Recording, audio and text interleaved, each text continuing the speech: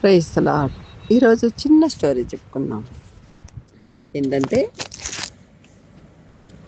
ఆకాశం ఉందంట, నేను ఎంతో వెలుగై ఉంటాను, పగలు సూర్యునితోని రాత్రి చంద్రుడితోని వెలిగిపోతూ ఉంటాను అని భూమితో చెప్పిందంట. భూమి చెప్పిందంట, నువ్వు నాకు అందని ద్రాక్షలాగుంటావు, అయినా తీగ నేనే కదా, భూమి మీద మొలిసేదే కదా తీగ అని చెప్పిందంట. చూసారా, మనకి భూమికి ఆకాశానికి సంబంధాలు ఎలా ఉన్నాయి. కానీ భూమి బరువుని మోస్తూ ఉంటుంది, ఆకాశం వెలుగుని నింపుతూ ఉంటుంది. రెండిట్ల మధ్యలో సంబంధం చాలా బాగుంటుంది. ఆ సంబంధానికి వాల్యూ కట్టేవాళ్ళు ఎవ్వరూ లేరు. అంటే ఒక భార్య అనేది భూమి లాంటిది, ఓర్పు కలిగి ఉండాలి. భర్త ఎంత కష్టపడినా ఇంటికి వెలుగై ఉంటాడు. ఎలా అంటే తను చీకటిలోనే వస్తాడు, వెలుతురుండగానే పని చేసుకుంటాడు. ఆ చీకటి ప్రభావం తన మీద పడకుండా ఇంటికి రాగానే ఆ వెలుగు చుక్కలాగా పిల్లలు కనబడతారు. అప్పుడు ఆ భర్త చాలా సంతోషంగా ఉంటాడు, ఆ కుటుంబం కూడా చాలా సంతోషంగా ఉంటుంది. చిన్న చిన్న గొడవలు ప్రతి ఒక్కరికి సహజమే. కానీ భార్యాభర్తల బంధం అనేది ఇదిగో అందని ద్రాక్ష పళ్ళలాగా తీగకి ఉన్నట్టుగా ఉండకూడదు. ఎలా ఉండాలి అంటే, ఆ తీగ ఒక కుటుంబం అయితే ఆ ద్రాక్ష పళ్ళే భార్యాభర్తల బంధం. ఆ బంధంలోంచి రసం పిండితేనే పిల్లలు వస్తారు. అంటే ఆ రసం పిల్లల భవిష్యత్తు అన్నమాట. మనం ఇలా లెక్క వేసుకున్నప్పుడు కుటుంబాలు ఎప్పుడు బాగుంటాయి. ఏయో సమస్యలు, గొడవలు, మనల్ని అర్థం చేసుకునే వాళ్ళు ఉండాలని ఎప్పుడు అనుకోవద్దు. మనకి వాల్యూ ఇవ్వాలి ప్రతి ఒక్కరూ అని ఎప్పుడు అనుకోవద్దు. ఎందుకో తెలిసిన, ఒకరు ఇచ్చే వాల్యూ అది డబ్బు డబ్బు ఇచ్చినప్పుడు ఒకలా ఉంటుంది, డబ్బు తీసుకునేటప్పుడు ఒకలా ఉంటుంది. లేదా బట్టలు పెట్టేటప్పుడు ఒకలా ఉంటుంది, బట్టలు ఇచ్చేటప్పుడు ఒకలా ఉంటుంది. అది మనిషి స్వభావం. వాల్యూ అనేది మనకి మనమే పెంచుకోవాలి. మనల్ని మనం ఫస్ట్ వాల్యుబుల్గా చూసుకోవాలి. సెల్ఫ్ రెస్పెక్ట్ అనేది ప్రతి మనిషికి ఉండాలి. మనం సెల్ఫ్ రెస్పెక్ట్ తీసుకుంటే అది చాలా బాగుంటుంది. మనల్ని ఎవరో గౌరవించలేదు, వాళ్ళు ఇదన్నారు, వీళ్ళు ఇదన్నారు అని ఎప్పుడు పట్టించుకోవద్దు. ఎందుకో తెలుసా, ఎవరు పొగిడినా, ఎవరు తిట్టినా అది గాలిలో కలిసిపోతుంది. గాలి కనబడుతుందా? కనపడదు. మరి పొగ కనపడుతుంది, కానీ పట్టుకోగలమా? పట్టుకోలేము. పొగ కనపడుతుందని చూస్తున్నాం కానీ దాన్ని మనం పట్టుకోలేం. గాలి కనపడదు, అయినా బంధిస్తున్నారు చాలామంది గాలిని. ఇప్పుడు మన శరీరంలో కూడా ఒక గాలి ఉంది. ఆ గాలి ఏం చేస్తుందంటే నరాల్లో పట్టేసి అది చాలా ఇబ్బందులు పడుతుంది. అది ఒక రకమైన గాలి, అంటే యాసిడ్ గాలి అనమాట అది. ఇలా ప్రతి విషయంలో మనం మాట్లాడుకుంటే ఏ చెట్టుకి ఎంత గాలి ఉండాలో అంత గాలి ఖచ్చితంగా వేస్తుంది. ఒక వేప చెట్టుకి మామిడి పళ్ళు కాయమంటే కాస్తాయా? కాయవు కదా. అలాగే ఒక్కొక్కరి మనస్తత్వం ఒక్కోలా ఉంటుంది. వేప చెట్టు కాయ వేపలాగే ఉంటుంది, జామ చెట్టు కాయ జామలాగే ఉంటుంది, మామిడి చెట్టు కాయ మామిడికాయలాగే ఉంటుంది. అంటే ఇప్పుడు నీకున్న స్వభావం నీలాగే ఉంటుంది, నాకున్న స్వభావం నాలాగే ఉంటుంది. ఈ స్వభావాన్ని ఎవరు మార్చలేరు. ఒక ఇద్దరు ఫ్రెండ్స్ రోడ్డు మీద కలిసి వెళ్తున్నారంట. అందులో ఒకడు చాలా డీసెంట్గా ఉన్నాడంట, ఒకడు మాత్రం కర్ర పట్టుకొని ఆడుకుంటూ ఎంజాయ్ చేస్తూ వెళ్తున్నాడు రోడ్డు మీద. వాళ్ళిద్దరిని చూసినప్పుడు ఒకడు ఇలా ఉన్నాడు, ఒకడు అలా ఉన్నాడు అనుకోటానికి ఏది కాదు. వాళ్ళిద్దరూ బెస్ట్ ఫ్రెండ్స్. మళ్ళీ వీడు అల్లరి చేస్తూనే ఉంటాడు, వాడితోటే స్నేహం చేస్తాడు. వాడు మౌనంగా ఉంటాడు, వీడితోటే స్నేహం చేస్తాడు. ఇద్దరిలో కామన్గా ఏదో ఉండే ఉంటుంది, అభిప్రాయాలే కానీ, తిండే కానీ, లేదా మనస్తత్వాలే కానీ కామన్గా ఉంటుంది. అందుకే వాళ్ళు స్నేహితులయ్యారు. వాళ్ళిద్దరిని చిన్నప్పటి నుంచి చూసినప్పుడు ఏంటి అసలు వీళ్ళ వ్యత్యాసం, ఎంత వ్యత్యాసం కనపడుతుంది. చదువులు ఇద్దరు ఒకేలా ఉంటారు, ఆడుకునేటప్పుడు ఇద్దరు కలిసే ఉంటారు, ఒకడు లేకపోతే ఒకడు ఉండలేడు. మరి వీడు మౌనంగా ఉంటాడు, వీడు అల్లరికాయి. అంటే ఎలా ఉందో తెలుసా? ఇంటికి పెద్దవాడు కొంచెం మౌనంగా ఉంటాడు, ఇంటికి రెండోవాడు ఎప్పుడు అల్లరి చేస్తూ ఉంటాడు. ఎప్పుడు తిట్టేది ఎవరినంటే ఈ రెండోవాడిని. ఎందుకంటే పెద్దోడు అల్లరి చేసినా కనపడ్డావు, రెండోవాడు అల్లరి చేస్తాడు, కనపడతాడు. వాడికి అసలు డేరింగ్ ఎక్కువ ఉంటుంది. చిన్న పిల్లలకి డేరింగ్ ఎక్కువ ఉంటుంది. ఎందుకో తెలుసా? సింగనాదం. ఏదైతే అది అయింది. నాకు ఇది కావాలనుకుంటున్నా తీసేసుకుంటున్నా, నేను నేను ఇది చేయాలనుకుంటున్నా చేసేస్తున్నా, ఇది మాట్లాడాలనుకుంటున్నా మాట్లాడేస్తున్నా. ఇంకా వాళ్ళకి వ్యత్యాసాలు కనపడవు. కానీ పెద్దవాళ్ళు అలా కాదు, కొంచెం ఆలోచిస్తారు. ఆలోచించి ఎక్కడ ఏం మాట్లాడాలో కొంచెం టైం తీసుకుంటారు. చూసారా, ఒక తల్లికి పుట్టిన పిల్లలే ఎలా ఉన్నారు. ఒక తల్లికి 5గురు పిల్లలు పుడితే 5గురు ఒకేలా ఉండాలని ఏమి లేదు. ఒకరు మేనత్తలా పుట్టవచ్చు, ఒకరు మేనమామలా పుట్టవచ్చు, ఒకరు తల్లిలా పుట్టవచ్చు, ఒకరు తాతలా పుట్టవచ్చు, ఒకరు తండ్రిలా పుట్టవచ్చు. అనేక రకాలు స్వభావాలు కూడా అంతే. అందుకనే మనల్ని మనం గౌరవించుకొని ఇతరులను గౌరవిద్దాం. వాళ్ళు రెస్పెక్ట్ ఇచ్చారా లేదా కాదు, మనం బాధ్యతగా ఉన్నామా లేదా, మన బాధ్యతని మనం నిర్వర్తించాలి. దేవుడు చెప్తున్నాడు కదా, మనకు అప్పగించిన పని అంట శాయి శక్తుల కరెక్ట్గా చేయాలంట. ఆ అప్పగించిన పనిని ఎవరైతే కరెక్ట్గా చేస్తారో వారికి దేవుడు గొప్ప బహుమానం ఇస్తాడు. ఎలా అంటే 5 తలాంతులు ఇచ్చినవాడు దేవుడు 5 తలాంతులు ఇస్తే 10 తలాంతులు చేశాడు. మరి 2 తలాంతులు ఇస్తే 4 తలాంతులు చేశాడు. కానీ 1 తలాంతు ఇస్తే భూమిలో కప్పట్టి మళ్ళీ అదే తీసుకెళ్ళి ఇచ్చాడంట. అంటే చూసారా, ఎవరికి అప్పగించిన పని వాళ్ళు సక్రమంగా చేస్తే ఎలా ఉంటుందో చూడండి. ఎవరికి గౌరవం దక్కింది?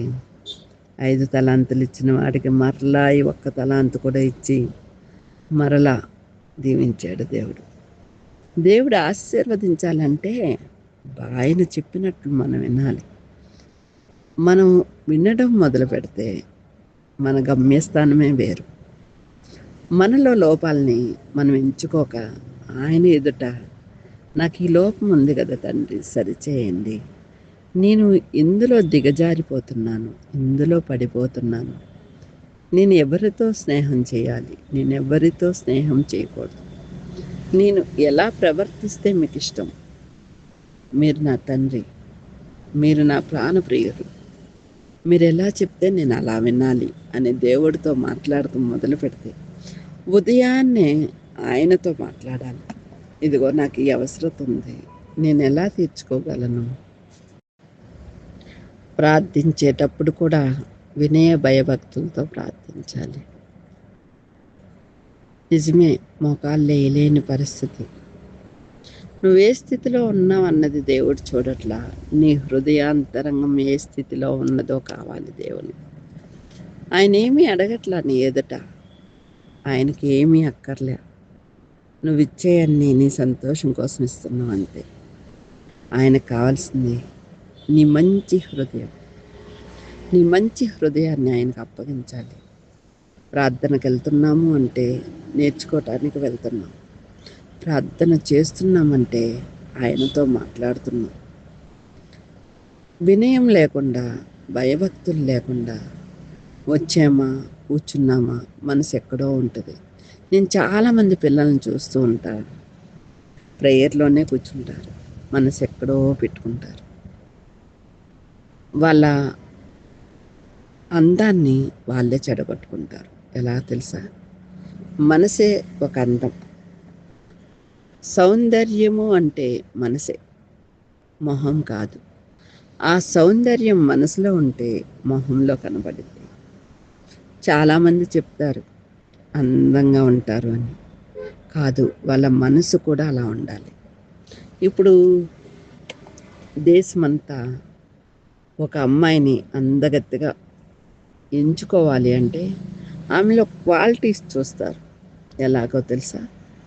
ఆమె మనస్తత్వం, ఆమె చేసే పని, ఆమె ఏ క్వశ్చన్ అడిగినా ఆమె చెప్పే ఆన్సర్, దాని ద్వారా 9 పాయింట్లు వస్తాయి. తన అందం ద్వారా 1 పాయింట్ ఇస్తారు. ఆ 10 పాయింట్లు గెలుచుకుంటేనే తనకి డిక్లేర్ చేస్తారు అందగత్తె అని. సంవత్సరానికి ఒక్కల్ని కంపల్సరీ ప్రపంచ సుందరి అని ప్రకటిస్తారు. ప్రపంచానికి సుందరి అవ్వాలి అంటే ఇన్ని క్వాలిటీస్ ఉండాలి. మరి మనం దేవుని ఎదుట ఎన్ని క్వాలిటీస్ చూపిస్తున్నాం? మనలో ఏం క్వాలిటీ ఉంది? మంచితనం అనేది ఉంటే సరిపోతుందా? చెడ్డతనం కూడా ఉంటుంది కదా, దాన్ని క్లియర్ చేసుకోవాలి. మనకు తెలియని ఎన్నో విషయాలు భూమి మీద జరుగుతూనే ఉంటాయి. అన్నీ తెలుసుకోవాలని ఏం రూల్ లేదు. కానీ మనకి తెలిసిన దాంట్లో మంచి నడవడికతో నడవాలి. ఎవరైనా ఇబ్బంది పెడుతున్నారా? వారిని కొంచెం దూరం పెడదాం, పోయిందేముంది. ఎవరైనా మనల్ని మెచ్చుకుంటున్నారా? పొగడ్తలకి పడిపోవద్దు. ఎందుకో తెలుసా? పొగడ్తలకు పడిపోయే వాళ్ళు ఉంటారు చాలామంది. ఆ పడిపోయిన స్థితి నుంచి లెగలేరు. ఇంకా ఆ పొగడ్తలే వాళ్ళని ముంచేస్తాయి. అలా అన్ని విషయాల్లోని మనం జాగ్రత్త పాటించాలి. ఒక మనిషితో మాట్లాడితే ఎంత ప్రమాదం జరుగుతుందో ఈ రోజులను బట్టి, మరి అదే దేవునితో మాట్లాడితే నీకు ప్రమాదాలు ఏమైనా జరుగుతాయా? ఏమీ జరగవు. ఆయన నిన్ను కంచె వేసి ఉంచుతారు. నిన్ను ఆపత్తినాల్లో ఆదుకుంటారు. ఆయనతో నడిచిన వారే, ఆయన్ని రుచి చూసిన వారే ఈ మాట చెప్పగలరు. ఒక క్రైస్తవుడు ఏదైనా సాధించగలడు. మతోన్మాదులు తిడుతూ ఉంటే తల వంచుకొని వారి మధ్యలో నిదానంగా ఆలోచించి ఒక్క మాట చెప్పగానే వాళ్ళు ఇంకేం మాట్లాడలేరు. ఎందుకో తెలుసా? ఆ ఒక్క మాటకి అంత వాల్యుబుల్ ఉంటుంది.